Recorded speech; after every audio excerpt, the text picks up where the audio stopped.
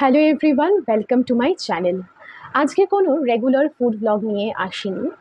আজকে ব্লগে আসার কারণটা কি সেটা হয়তো তোমরা থাম্বনেল দেখেই বুঝতে পেরে গেছো এতক্ষণে।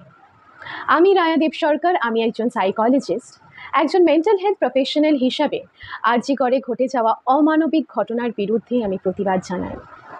সাইকোলজিস্ট হিসাবে প্রথম ইন্টার্নশিপ করার সুযোগ আমি আরজি কর হসপিটালেই পেয়েছিলাম।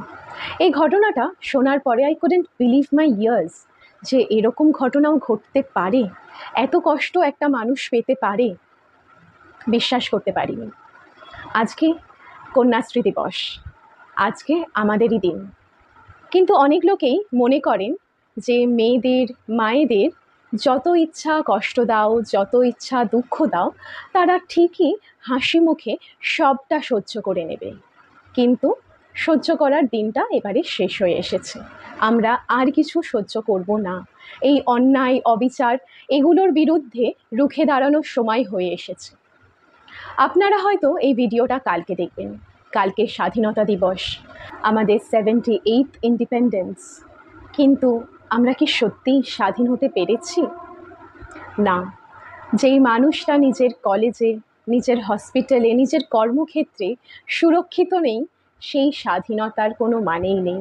আমরা সত্যিই স্বাধীন হতে পারিনি। এবার আমাদের নিজেদের জন্য লড়তে হবে, নিজেদের স্বাধীনতার জন্য লড়তে হবে।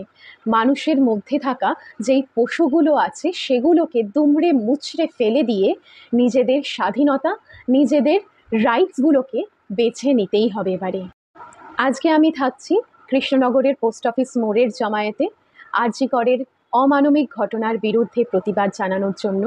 তোমরা কে কোথায় জমায়েতে সামিল হচ্ছ জানাতে ভুলো না। আজকের প্রতিবাদের কিছু ক্লিপস থাকবে এরপরে ভিডিওতে।